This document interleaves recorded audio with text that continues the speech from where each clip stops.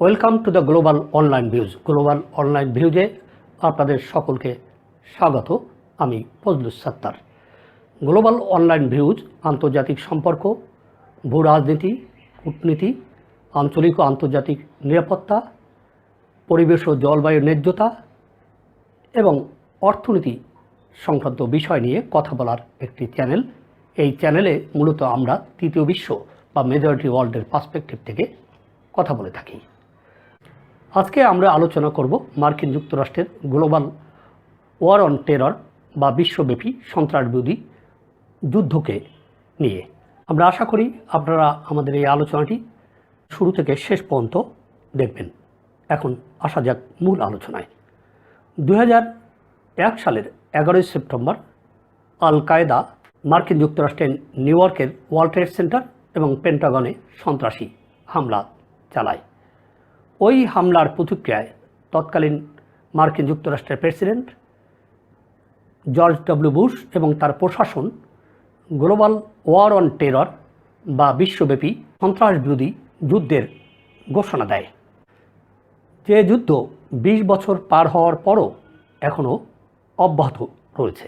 এই যুদ্ধের আওতায় মার্কিন সেনাবাহিনী 24টি দেশে সরাসরি যুদ্ধে অংশগ্রহণ বা অভিযানে অংশ নেয়, যার মধ্যে রয়েছে Afghanistan, Pakistan, Iraq, Syria, Yemen, Somalia, Philippine এবং লিবিয়ার মতো দেশসমূহ।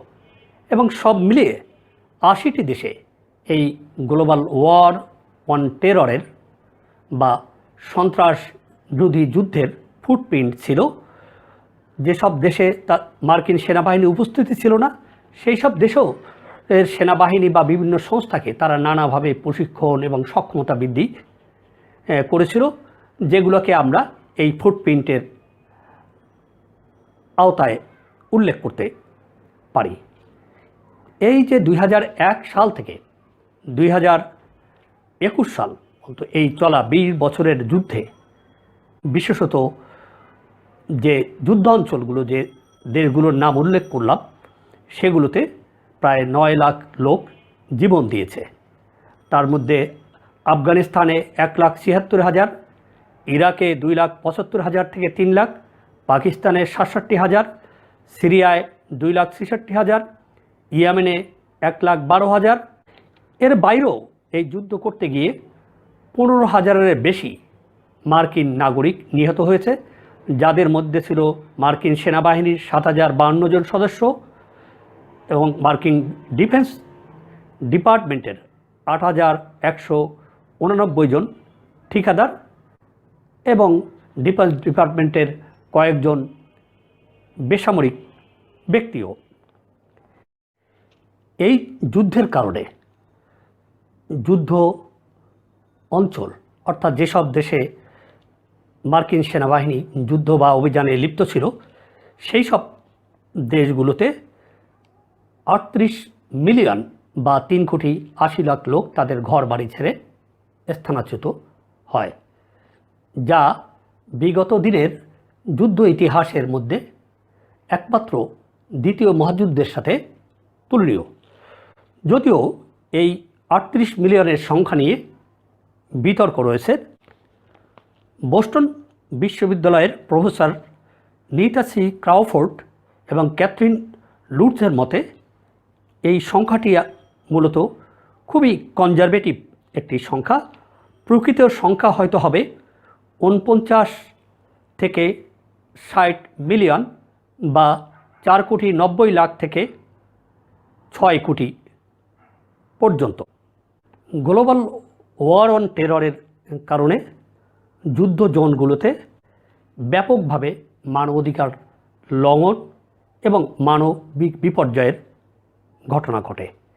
এর পাশাপাশি পশ্চিমের দেশগুলোতে, বিশেষ করে মার্কিন যুক্তরাষ্ট্রে, এক ধরনের ইসলামোফোবিয়া বা ইসলাম বিদ্বেষ এবং আরবদের প্রতি ঘৃণার সৃষ্টি হয়, যা মার্কিন যুক্তরাষ্ট্রের সাথে মুসলিম বিশ্বের অধিকাংশ নাগরিকদের মধ্যে এক ধরনের দূরত্বের বা বিভাজনের সৃষ্টি করে। এই যে ইসলামোফোবিয়া বা ইসলাম বিদ্বেষ এবং আরবদের প্রতি বিদ্বেষ ও ঘৃণা, যাকে মানবাধিকার কর্মীরা সাধারণত কন্টেম্পোরারি ফর্ম অফ রেসিজম বা বর্ণবাদের সাম্প্রতিক ধরন হিসাবে বলে থাকে, যার উত্থানের পিছনে বড় ভূমিকা পালন করেছে 9/11 অর্থাৎ 2001 সালের 11 সেপ্টেম্বরের সন্ত্রাসী হামলা পরবর্তী মার্কিন যুক্তরাষ্ট্রের এই যুদ্ধ।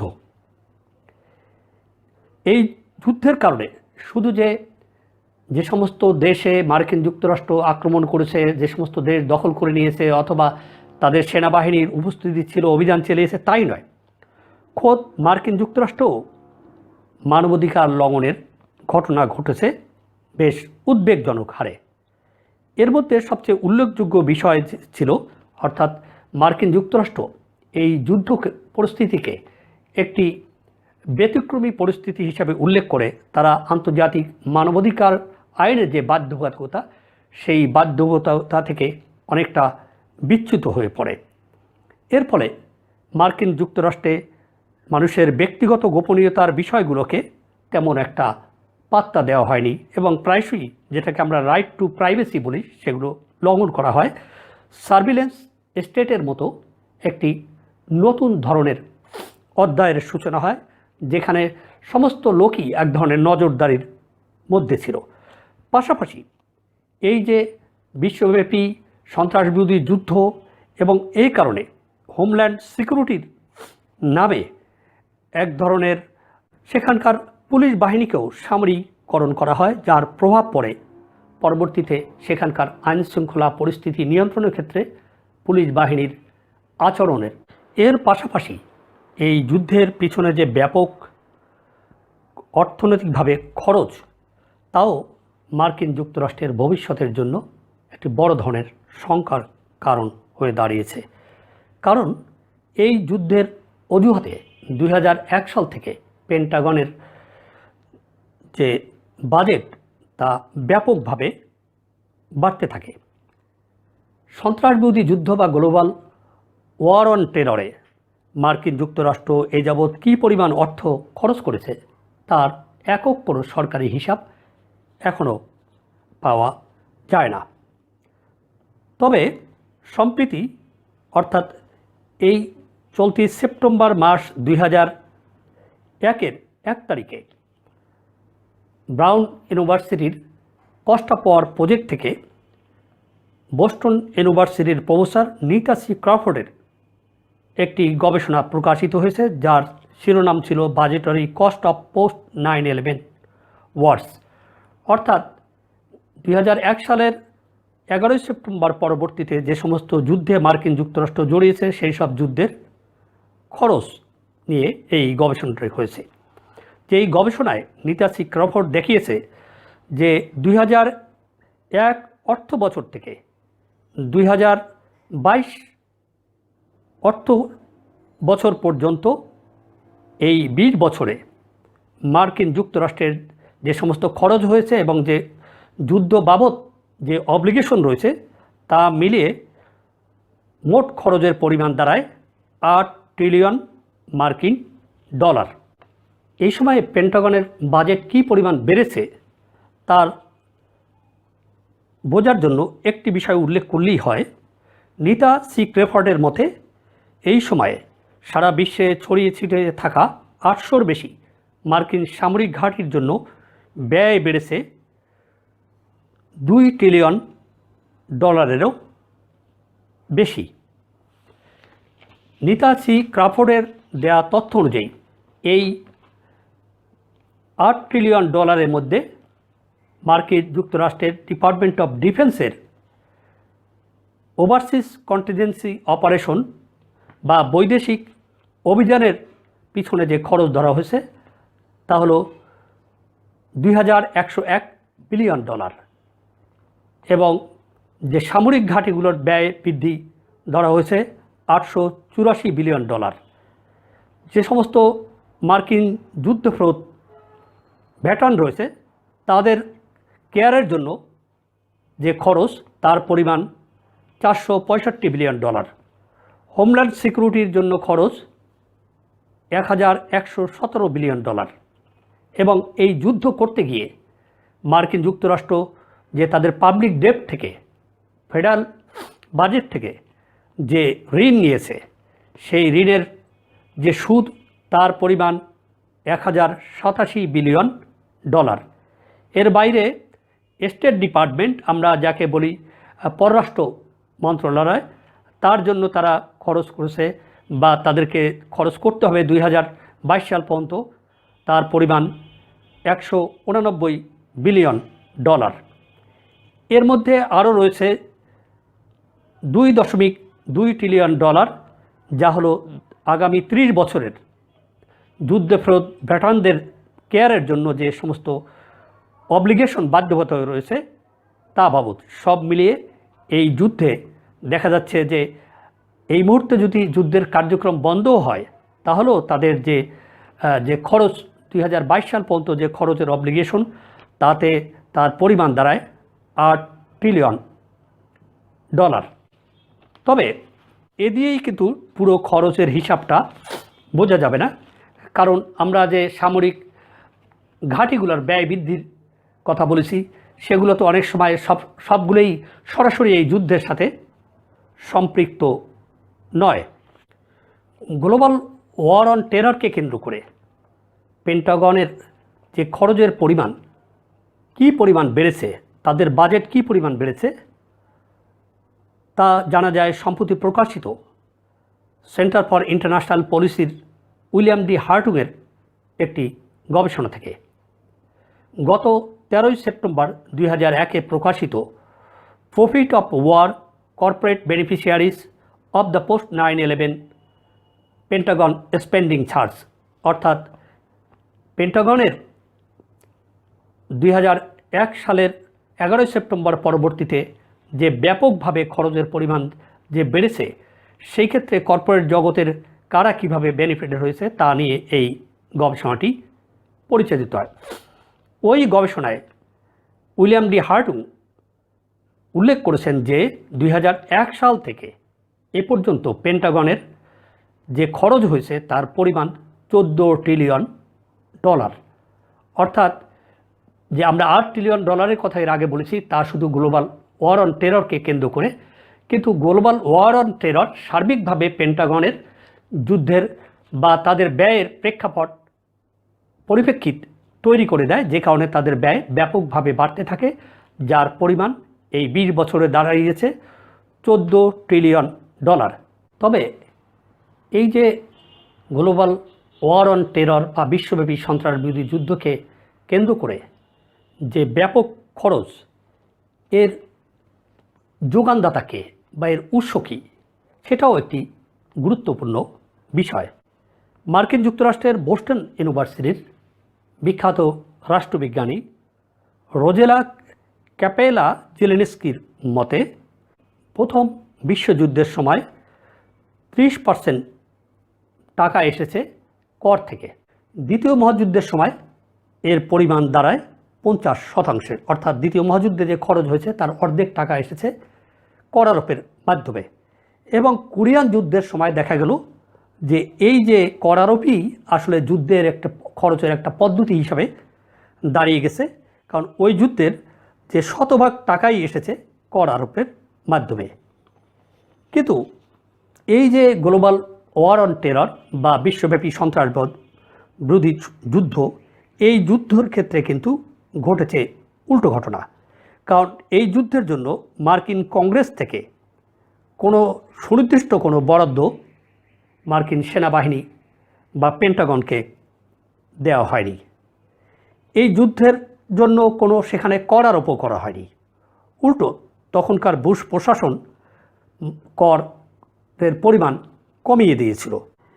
একদিকে তারা যুদ্ধের জন্য ব্যাপকভাবে খরচ বাড়িয়ে দেয়, অপরদিকে তারা যে যুদ্ধের যে খরচের যে উৎস, সেই উৎসও কিন্তু প্রচলিত নিয়ম অনুযায়ী বহাল রাখেনি, সেখানে উল্টো তারা করের পরিমাণও কমিয়ে দিয়েছে, যার ফলশ্রুতিতে মার্কিন যে ফেডারেল বাজেট তা একটি ঘাটতি বাজেটে পরিণত হয়। কারণ এই যে টাকা, যুদ্ধের খরচের টাকা, এটা ধার করে পাবলিক ডেট থেকে আনা হয় এবং এই টাকার 40% এসেছে যে ফরেন ব্রোয়িং বা বিদেশি তহবিল থেকে ধারের মাধ্যমে।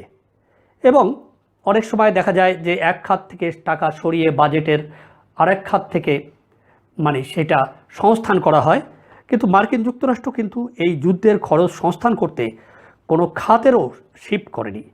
তারা টোটালি এই যুদ্ধটা করেছে ধার দেনার মাধ্যমে, অর্থাৎ পাবলিক ডেট থেকে। অর্থাৎ এই যুদ্ধ করতে গিয়ে মার্কিন যুক্তরাষ্ট্র ব্যাপকভাবে পাবলিক ডেট থেকে ঋণ নিয়েছে, যার ফলে তাদেরকে বিপুল পরিমাণ অর্থ সুদ বাবদ গুনতে হচ্ছে, যার প্রভাব ভবিষ্যৎ মার্কিন নাগরিকদের উপরে, ভবিষ্যৎ মার্কিন অর্থনীতির উপরে অবশ্যই পড়বে।